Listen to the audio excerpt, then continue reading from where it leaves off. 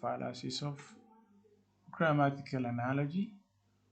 This is the fifth type of informal fallacies, and the arguments that commit the fallacies of grammatical analogy are good in every respect because of similarity in linguistic structure, and they may appear good, but they are bad. And here, fallacies of grammatical analogy can take two different forms. These are fallacy of composition, fallacy of division. This fallacy is committed when the conclusion of an argument depends on the incorrect transference of an attribute from the part of something to the whole. And most of the time, the fallacies of composition is identified within the conclusion of the argument. And generally, this fallacy is committed when what is true for part is true for the whole, or the quality or the property that we have in particles or the atom is wrongly represented within the whole. And let's consider this example. Sodium and the chloride, the atomic component of salt, are both deadly poison. Therefore, salt is deadly poison. We know that on this example,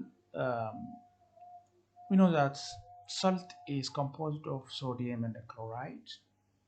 So the part of salt that is sodium and chloride, their attribute is that they are deadly poison. They have a kind of toxic attributes. The quality or the property that we have in both sodium and chloride is a toxic substance. Toxic substance means something that is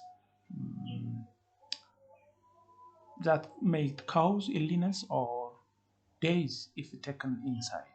So they are poison, and therefore salt is deadly poison. Actually, salt is not a toxic substance. We are eating it daily. So sodium and the chloride, since sodium and the chloride are poison, therefore salt is also poisonous, a wrong and a fallacious argument. So we find the fallacy of composition within the conclusion of this argument.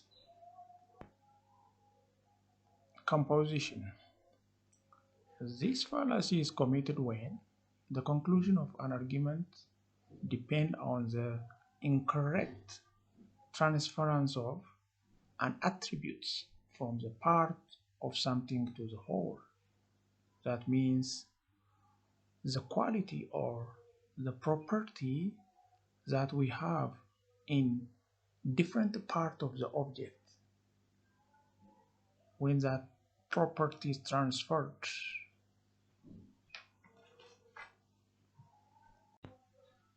Fallacies of division. Fallacy of division is committed when the conclusion of an argument depends on the incorrect transference of an attribute from the whole to the parts. And fallacy of division is the direct opposite of composition, since we have said earlier that fallacy of composition is committed when attributes is transferred wrongly from part to the whole, and conversely fallacy of division is committed when the property or the attributes of the whole is transferred to the parts. And here let's see this example. Salt is a non-poisonous compound, therefore its component elements sodium and chloride are non-poison.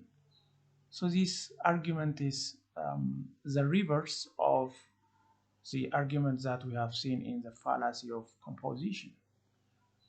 So here the wrong transference is that salt is non-poison compound. Therefore, its components are also non-poison, which is actually, when we look at the conclusion of this argument, sodium and the chloride are non-poison. Actually, they are non-toxicated substance, which is false. And the premises, although the premises is true, the conclusion is false. The other example is the Solomonic dynasty survived for about 3,000 years. Haile Selassie I was a member of Solomonic dynasty. Therefore, Haile Selassie I lived over 3,000 years. Actually, this argument made a kind of generalization from Solomonic dynasty as a whole, and it transferred wrongly